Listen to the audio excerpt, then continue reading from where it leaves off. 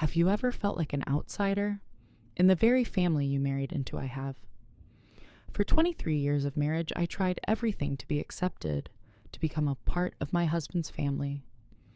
But when my husband, the only one who had ever stood by me, passed away, they no longer bothered to hide the truth. At the funeral, right in front of his coffin, my sister-in-law spoke loudly enough for everyone to hear, "She's not blood. She doesn't belong here." And with that single sentence, I was erased from the will reading from the house, even from the memories of the man I loved most. I thought I would remain an outsider forever. But then came an unexpected phone call from my husband's lawyer. It turned out Robert had left me one final gift, not just his estate, but the chance to reclaim my dignity and to prove that I was never as small as they had made me believe. This is my story, my journey from a widow cast aside to a woman who stood up, reclaimed everything, and turned her grief into strength to help others. Chapter 1: The Funeral and the Exclusion. I still remember that morning vividly, when the coffin was slowly lowered into the cold earth. My entire world collapsed along with the man who had held my hand for 23 years. I had just lost my husband, my life partner, the only person who ever shielded me from the contemptuous stares of his family. But before the pain could even settle, another dagger pierced straight into my heart. Standing right beside the grave, Denise, Robert's sister, leaned over and whispered into her brother's ear, but loud enough for me and the entire front row to hear, "She's not blood. She doesn't belong here." I saw Robert's brother turn his head toward me, his eyes filled with disdain, as if I were a stranger who had barged into the funeral uninvited. In that instant, 23 years of marriage were reduced to 2 words: "doesn't belong." I bit my lip hard, my hand clutching the mourning cloth, silently wondering how could it be that after all these years of living together, of sharing every meal, every Thanksgiving, I was still nothing more than an outsider. I wore the black dress Robert had given me on our anniversary 6 months ago. Back then, he had kissed my cheek and told me I looked the most beautiful in that dress. Yet today, that very dress became nothing more than a fragile armor, unable to shield me from the venomous arrows hurled by his own family. The crowd murmured, their eyes brushing over me with judgment. I did not wail. I did not argue. I just stood there in silence, fully aware that I had been turned into nothing but a shadow at my own husband's funeral. After the burial, while I was still reeling, the funeral director approached, intending to hand me documents that required my signature. But Denise swooped in like a hunting dog, stepping right in front of me. Her voice was syrupy sweet, yet dripping with mockery. "Oh, she won't be handling this. The family will take care of everything. She's far too exhausted." I parted my lips to protest, but the director barely glanced at me before quickly passing the papers to Denise. The look in his eyes seemed to say, "You have no rights here." From that moment on, I understood Robert's death not only made me a widow, it made me invisible. I was no longer a wife, no longer a partner, but merely a name to be erased from every decision. The days that followed blurred together like a fevered dream. Every morning, Denise appeared at Robert's house, carrying her fancy cup of coffee and a stack of papers. She wandered through the kitchen where I had once cooked for my husband, flipping through his financial records, as if I had never existed. She called it taking care of business, but I knew the truth. She was systematically erasing every trace of me from Robert's life. I tried to resist more than once. But by the 3rd day, standing at the doorway, watching Denise sit comfortably at the kitchen table, her hand busy scribbling notes on documents that had once belonged to me and my husband, I could do nothing but turn around and leave. That house, once filled with laughter, had now become the lair of a woman who treated me like garbage. The deepest pain wasn't her cruelty. It was the way she did it so naturally, as if she had always been the rightful owner all along. Then came the parties. I walked past and saw cars filling the driveway, heard laughter echoing from the house that had once been my home. The very people who used to call me a friend, who once were my neighbors, now raised their glasses with Denise. They no longer saw me, or perhaps they pretended not to. Once I ran into Mrs. Henderson at the supermarket. I hoped she might say something about the house or at least ask how I was holding up. But all she said was, "Denise told me you've been keeping to yourself. Maybe that's for the best during such a difficult time." I forced a smile even as something inside me tore apart. That night, sitting in the small apartment Robert and I had once planned to sell when we retired, I realized I no longer had a place where I belonged. Even in my marriage, I had never truly been welcomed by his family. Robert used to squeeze my hand under the table whenever Denise sneered, whispering, "Don't let them make you feel small. You're my wife, and that's enough."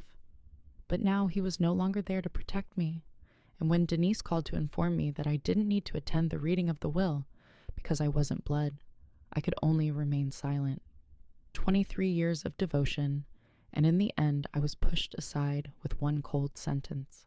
The most frightening part was that in that moment I accepted it too easily, as if I had grown so accustomed to being excluded that I had started to believe I truly didn't belong.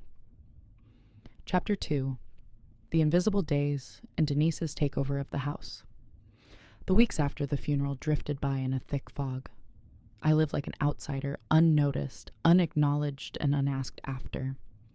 Every morning, waking up in the small apartment, I still couldn't believe that the house Robert and I once filled with shared moments now echoed with someone else's laughter. Denise had turned it into her command center. Every morning, sharp at 9, her luxury car pulled up in front. In her hand was an overpriced coffee and a clipboard stuffed with papers. She entered the house with the confident air of someone who owned the place, as though she were the widow herself. "I'll handle everything for the family," she would announce to whoever was present. I, meanwhile, was written out of the story as though I had never existed. On the third day, I summoned all my courage to return to the house. I wanted to sort through Robert's belongings, to touch them one last time before everything changed. But when I stepped into the kitchen, there she was, Denise's paper sprawled across the table, Robert's financial documents scattered like confetti. Her pen moved swiftly, as if signing important agreements. She didn't even look up, only tossed me a cold remark. "These matters are complicated. Luckily, the family is here to handle them. Outsiders wouldn't understand." Outsiders. That was the word. In the very kitchen where I had once cooked Robert clumsy dinners in our early years, I was reduced to nothing more than an intruder. I stood silently in the doorway, then turned and left my heart sinking like a stone. From that day on, I no longer dared to step foot in that house again. But Denise wasn't done. She began hosting brunches, family gatherings on weekends. Cars lined the driveway, laughter spilled out of the living room where Robert and I used to watch movies together. I sat in my car, parked a few houses down, watching familiar faces enter Robert's golf buddies, distant relatives, even neighbors who once borrowed sugar and flour from me. One afternoon, I ran into Mrs. Henderson, the friendly neighbor who used to come by for baking ingredients. I hoped she would say something that she still remembered me, that she could see the injustice. But all she said was, "Denise mentioned you've been keeping to yourself. Maybe that's for the best in times like these." She patted my arm as if in sympathy and walked away, leaving me frozen in the supermarket aisle. I returned to the small apartment, once a temporary plan for retirement, now my only refuge. Sitting at the tiny dining table, I stared at the herb pots on the balcony we had planted together and asked myself, when exactly had I lost my place in the world? The truth was, I knew the answer. For 23 years, every family gathering had felt like a stage play where I was always cast as the outsider. I was never truly included, only tolerated as the accepted wife. Robert always squeezed my hand under the table, a silent reassurance I'm here. "You're enough." But now that hand was gone. Denise's old words echoed back to me. An outsider will always be an outsider. At the time, I brushed it off as petty mockery, but now it felt like a sentence carried out in full view, reinforced in every look, every whispered conversation behind my back. Then came the phone call. Denise's voice dripped with sugary, false concern. "Laura, I just wanted to let you know, so you don't trouble yourself. This Friday, the family will meet with the lawyer to read Robert's will. But honestly, it's just a formality focused mainly on blood relatives. You don't need to come. It'll only cause you more heartache. I froze with the phone in my hand. Robert was my husband, my partner for over 2 decades. And yet, in a single sentence, Denise stripped me of the right to stand in the final chapter of his life. I understand, I heard myself reply, my voice catching in my throat. On the other end, Denise chuckled softly, like someone savoring a victory in a game she had always known she would win. After hanging up, I sat motionless on the balcony until the sun went down. 23 years of marriage, and in the end, I was nothing but a nameless shadow in his family's eyes. The worst part was how frighteningly easy it was for me to accept it. That night, memories of Robert's final days came flooding back. He had weakened so quickly, yet in every gesture, every look, it seemed as though he wanted to say more than goodbye. One evening, while we sat watching television, he held my hand longer than usual. "Promise me something, Laura," he said, his eyes locking onto mine. "Of course. What do you want me to promise? Don't ever let them make you feel small. When I'm gone, you're stronger than you think. Don't let anyone take that away from you." At the time, I thought he was only speaking of the grief to come, but now I realized he must have seen this future. He knew his family would try to erase me from his life, even after his death. And so, when that gloomy Friday morning arrived, I sat in the small apartment, clutching the Christmas mug Robert had given me the year before, picturing the scene in the lawyer's office. Denise would sit upright, dressed in something expensive, pretending to be the grieving yet responsible sister. The others would wait quietly, anticipating their share of the inheritance, and me, the widow with no blood ties, excluded from the story. I stared out the window, hollow inside, but something felt different. For the first time since Robert's death, I was no longer crying. I wasn't even angry. I was simply tired. Tired of living small. Tired of having to ask permission to exist in a family that had never accepted me. What I didn't know was that across town in a lawyer's office, a truth was waiting, one that would change everything. Chapter 3. The Call from the Lawyer, The Hidden Truth. That Sunday afternoon, I was sitting alone in my small apartment, leafing through photo albums I hadn't dared to open for weeks. Each picture was like a knife, cutting deeper into the wound of loss. I stopped at one taken at Niagara Falls 10 years ago. Robert had his arm around me, both of us laughing at something I could no longer remember. I set the photo on the table, and at that very moment, the phone rang. The screen displayed a familiar number that made my heart pound. The office of Mr. Hastings, Robert's lawyer. I hesitated for a few seconds, then picked up. "Mrs. Patterson, I apologize for calling over the weekend, but there's a serious misunderstanding that needs to be clarified immediately." His voice was urgent, so unlike his usual calm demeanor. I stammered, "A misunderstanding. What do you mean?" There was a brief silence, and then he said, "You are Robert's sole heir, all of his assets, the house, the investments, the life insurance, the company. Everything has been left to you." I sat frozen, my mind blank. It took several seconds for the words to sink in. "No, that can't be," Denise said. "There are no assets designated for siblings or relatives. The will is clear, legal, and indisputable." I collapsed into the chair, the photo album slipping from my hands, pictures scattering across the floor like fallen leaves. A storm of emotions churned inside me, shock relief, and slowly a rising fury. But why didn't Robert tell me? In 23 years, he never once mentioned this. The lawyer's voice softened.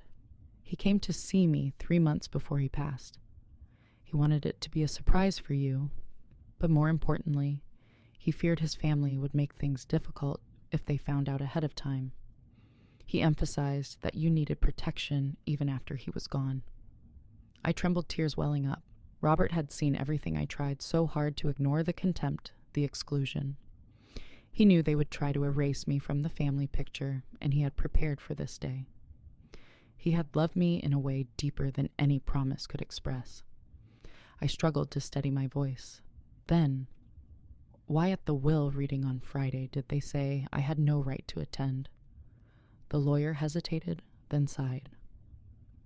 This is where it gets complicated. The day before the reading, I received a call from Mrs. Denise Morrison. She claimed that you, Laura, were too grief-stricken to attend and had authorized the family to handle all matters on your behalf. When I tried to call you that morning, Denise answered the phone. She insisted she was your legal representative and that I should communicate everything through her. It was like a bolt of lightning struck me. No. I never said that. I never gave her authority over me. On the other end, the lawyer's voice grew firm. I believe you. And this makes the situation very serious. Because of her claims, the family left my office that day, believing they were beneficiaries. Some have already started acting as though they own the estate. All of this rests on a lie. My hands shook so violently, I nearly dropped the phone. My voice came out hoarse. They think they've inherited exactly. And I have worse news. Mrs. Morrison has already contacted contractors, financial advisors, and even begun transferring utilities into her name, all under the assumption that you had willingly stepped aside. I felt dizzy. Denise hadn't just lied, she had meticulously planned this, ready to strike the moment Robert passed. The lawyer continued. What they're doing is completely illegal, but their haste may actually work to your advantage. If you want, we can intervene right away and put a stop to everything. Or we can allow them to continue digging themselves deeper, providing us with undeniable evidence later. I looked around my small apartment, my eyes landing on a photo of Robert on the shelf. He was smiling gently, his eyes seeming to follow me. I remembered his words in those final days. Don't let them make you feel small. You're stronger than you think. I wiped my tears, my voice steadier than it had ever been. Mr. Hastings let them continue. Record everything. In that moment, something inside me awakened. I was no longer the discarded widow, no longer the woman forced to stand on the sidelines. I held the truth, now the weapon to turn the tide. I knew Denise was probably hosting a party, raising her glass to a false victory. But soon enough, those very toasts would become evidence against her, and I would be the one to bring the curtain down on her performance. Chapter 4. Gathering Evidence and Denise's Escalation. After the call with Mr. Hastings, I felt as though I had been handed a secret weapon. I was no longer the powerless outsider watching Denise seize everything. For the first time in weeks, I felt like I held control, and I knew that to win, I had to be patient. In the days that followed, I began living in two parallel worlds. On one side, I was still the quiet widow in a small apartment with neighbors assuming I was retreating in grief. But on the other side, I became an observer, a recorder. Every word, every action of Denise's I documented carefully with Mr. Hastings' full support. Every few days, I received messages from Carol Henderson, one of the rare neighbors who still cared. One morning, she sent me a photo, a massive dumpster outside Robert's house, filled with furniture. I zoomed in my chest, tightening when I recognized Robert's grandmother's antique rocking chair, thrown on top one armrest snapped in half. Beside it lay the dining set Robert and I had bought for our 10th anniversary, where we had hosted countless Thanksgivings. I could barely breathe. Memories soaked into those objects, now discarded like trash. I saved the photo and forwarded it to Hastings. His reply was brief. The more evidence, the better. Let her destroy herself. Soon after Carol messaged again, Denise just brought in contractors to demolish the kitchen. She says she's turning it into a modern space. I close my eyes, picturing the kitchen where Robert once taught me to bake his mother's apple pie, where we had clumsily danced together between burnt meals, laughing until we cried.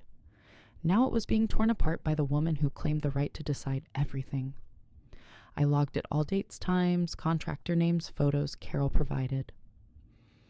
I knew each piece of evidence would one day tighten the noose around Denise, but she didn't stop at renovations. Denise began hosting lavish parties. Photos appeared online of her raising champagne flutes in my living room, captioned, "Celebrating a new beginning with beloved family." Beneath, a relative commented, "Wonderful to see the house still in the bloodline." My hands shook as I scrolled. Every image, every familiar corner of that house was her deliberate attempt to erase me and Robert. Then the rumor spread. Carol called me, her voice seething. "Laura, I can't stay quiet." Denise told Mrs. Peterson that you left Robert before he died, that you were separated. She even said, "You never truly loved him, that you only cared about the money," about the coffee cup slipped from my hands, shattering on the floor. My heart clenched. In Robert's final months, I had left my job to care for him, preparing every meal, guarding every night in the hospital just to hold his hand. And now Denise had twisted it into betrayal, painting me as a gold digger. Rage surged inside me daily, but I held it down. I knew that if I lashed out, I would walk into her trap. Instead, I waited, documenting everything. Hastings called me every day with updates. Today, Mrs. Morrison signed a preliminary agreement with a real estate company. When they requested proof of ownership, she dodged. I expect within days they'll refuse to work with her. Just as he predicted, Denise slipped deeper into trouble. Her savings couldn't cover the mounting debts of renovations and parties. Carol's messages flooded in. Strangers came knocking, demanding Denise pay overdue bills.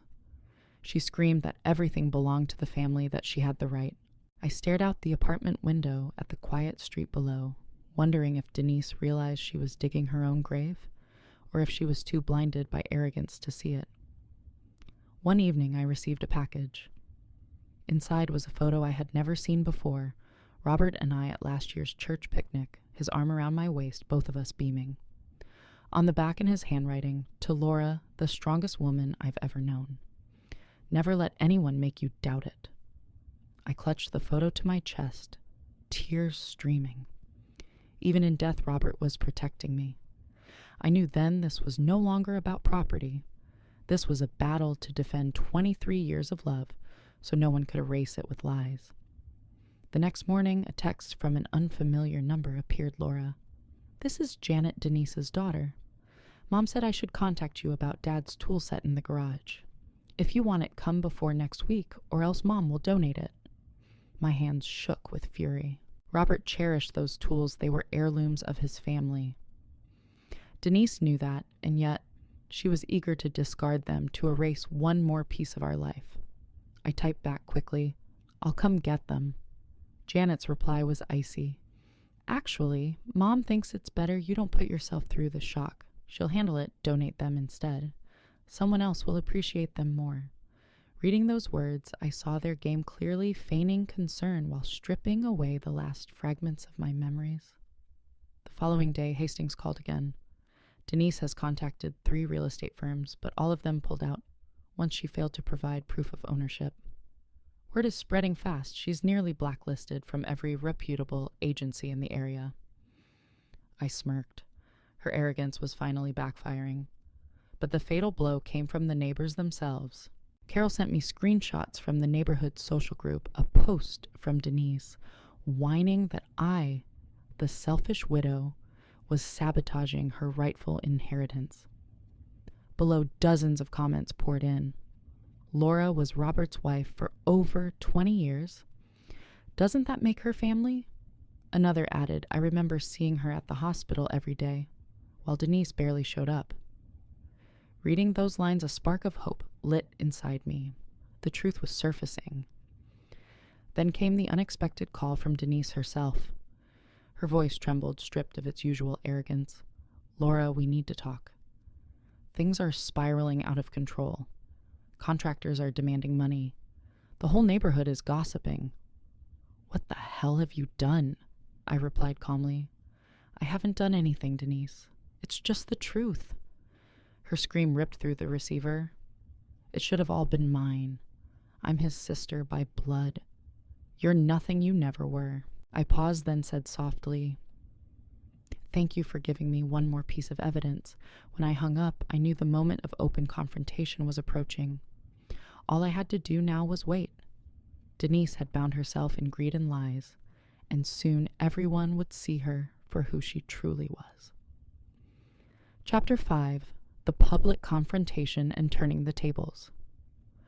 That morning, I walked down the familiar street toward the house where I had once been happiest in my life. The crisp autumn air weighed on every step, but my heart pounded stronger than ever. Beside me was Mr. Hastings, his metal-rimmed glasses catching the pale sunlight. Behind us, a police officer walked slowly, a final assurance of order. The house came into view, but it no longer resembled the home I had known. The doors were painted a gaudy crimson, expensive garden statues cluttered the path, and, through the window, a flashy chandelier cast a foreign glow. Every mark screamed Denise, the woman who had tried to remake my home into a monument to her false victory. Denise appeared before we even knocked. She wore an elegant silk blouse, crimson lipstick, and a smug smile stretched across her face. "Oh, Laura, finally dared to show up, did you? Or are you here to apologize for all the trouble you've caused this family?" Before I could respond, Hastings stepped forward, his voice firm. "Mrs. Morrison, I am here as the attorney of Robert Patterson to deliver an official notice. According to the valid will, all of this property belongs solely to his wife, Mrs. Laura Patterson." Denise let out a sharp laugh, snatching the papers from his hand. Her eyes skimmed quickly, then slowed, darting back and forth across the notarized lines. Slowly, her face drained of color. No, this can't be. This must be a mistake." Hastings remained calm. "There is no mistake. This is the original will, court verified. Mrs. Laura Patterson is the sole heir. Your family has no legal claim, and under court order you have 72 hours to vacate this property." In that instant, Denise's face shattered like a mask cracking apart. She shrieked, her voice shrill. "This is my house. I am Robert's sister by blood, and she's nothing. She's just an outsider, a ghost." Clinging on, her screams echoed down the street, drawing neighbors from their homes. I saw Carol Henderson out front, phone raised, recording the entire scene. Across the street, Mrs. Peterson, who once believed Denise's lies, stood frozen garden hose dangling from her hand. I took a deep breath and spoke loud enough for everyone to hear. "Denise, for years, I stayed silent while you said whatever you pleased. But today, in front of everyone, I'll say this clearly. Robert chose me. He chose to love me, to live with me, and to entrust his entire legacy to me. Nothing you say can erase that truth." Denise howled, tearing the court order into shreds and scattering them like worthless confetti. "You can't throw me out. I spent thousands renovating this place. I made it beautiful, sophisticated." "Robert would have wanted me to keep it," Hastings replied evenly. "Those expenses were your choice, and by law you won't recover a cent. Renovations mean nothing when you're not the legal owner." Denise staggered, her eyes wild. Then she turned to me, voice trembling with venom. "You deceived my brother. You poisoned him against his own family. Without you, all of this would have been ours." I clenched my fists, but my tone remained calm. "No, Denise, it was your greed and malice that opened Robert's eyes. He saw exactly what you would do, and that's why he entrusted me with protecting his legacy. Not for money, but because he knew only I would truly honor it." At that moment, Thomas Roberts' brother and several relatives arrived in haste. Hastings handed them copies of the will, and I watched the shift in their eyes. Suspicion turned to shock, then to fury. But the fury wasn't aimed at me. It was aimed at Denise. "You lied to us, Margaret," one of Denise's staunchest supporters snapped. "You promised we'd all get a share. You tricked us." Denise flailed, grasping for footing. "No, I did it for the family, to keep the property in the bloodline." But no one believed her anymore. One by one, they turned away, shaking their heads in disgust. They left her standing in the yard, hatred burning in her eyes, but isolated and alone. Finally, a moving truck pulled up. Workers began carrying out Denise's things, her flashy dresses, her gaudy decorations, loaded onto the truck like tokens of a failed gamble. I watched my heart aching, yet relieved. The house had been warped. but at least it no longer belonged to the woman who tried to erase me. As the sun dipped low, only Hastings, Carol, and I remained on the curb. Denise sat slumped on the steps, mascara streaking down her cheeks, her hands trembling like a lost soul. For the first time, she wasn't a domineering tyrant, just a 60-year-old woman, broken ruin by her own ambition. I stepped closer, my voice quiet but clear. "You're right, Denise. I'm not blood. But the love Robert and I built here is what gave this house meaning. And that's something you will never understand." Denise lifted her head eyes red, but said nothing. She staggered to her car, stuffed with luggage, and drove away. As the vehicle disappeared, I felt the weight of 23 years finally lift from my shoulders. That night, I stood alone in front of the house, gazing at its glowing windows. Once filled with laughter, now heavy with silence. Yet within that silence, I heard Robert's voice, gentle, steady as ever. "Never let them make you small." And I knew then the battle was over. I had won not just for myself, but for the love we had shared. Chapter 6. The Ending and Turning. Grief into Purpose. As the moving truck carrying Denise's belongings rolled off the street, I stood alone before the house.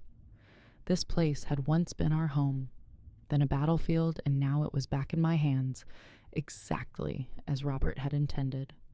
But instead of feeling pure relief, what remained inside me was an emptiness. This house had witnessed our love, but it also carried too much pain, too many scars from the struggle that had just passed. Every room was a reminder, sweet and bitter at once. I realized I could no longer live here as before. Yet I also couldn't allow the house to stand only as a monument of hatred. 3 days later, I sat again in Mr. Hastings' office.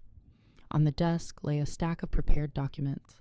I picked up the pen sign page after page and read aloud the new name Patterson House for Women in Transition. A refuge for women starting over widows, those leaving toxic marriages, women with nowhere else to turn. I looked up at Hastings and he smiled warmly. Robert would be so proud. This is exactly what he wanted. His legacy turned into hope for others. News of my decision spread quickly. The local paper ran the first article, then came the television stations. Within days, I received dozens of calls, messages of support, and even unexpected donations. I agreed to only one interview from the small apartment where I was still living. When the reporter asked why I hadn't kept the house for myself, I answered simply, "That house symbolizes 23 years of love between Robert and me." But it also became tied to division and greed. I wanted to transform it into something new, a place where women don't have to feel excluded the way I once did. When the interview aired, messages from strangers flooded in. Many women shared that they had lived through the same ordeal, rejected by their in-laws, erased as outsiders after their husbands died. One letter in particular brought me to tears. "Dear Laura, I lost my husband last year, and right after the funeral, his family tried to strip me of everything. They told me I wasn't blood, that I didn't deserve it. Reading your story gave me strength. I want to send a small donation to support Patterson House.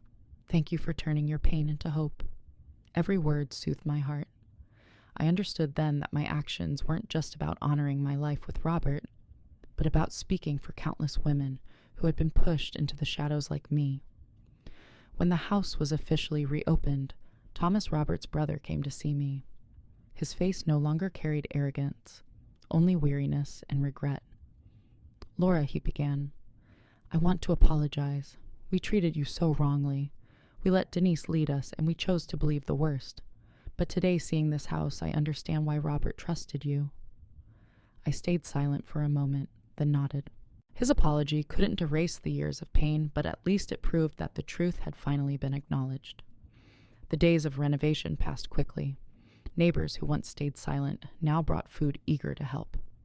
Carol became my right hand, coordinating volunteers. The garish walls Denise had painted were replaced with soft, calming colors. The gaudy chandelier was taken down, replaced by warm, gentle light. Slowly, the house was reborn, not as a battleground, but as a sanctuary.